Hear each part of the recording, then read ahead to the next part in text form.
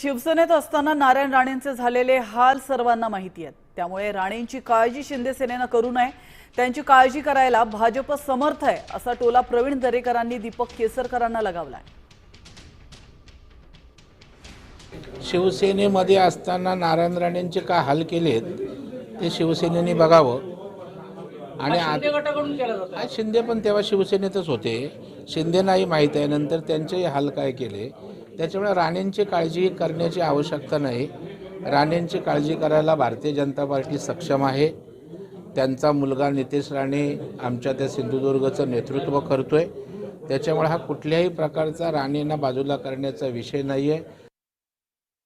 तर आपण पाहतोय प्रवीण दरेकरांनी आता केसरकर यांना टोला लगावलेला आहे। यावर केसरकर काय उत्तर देतात हे पाहणं महत्त्वाचं असणार आहे।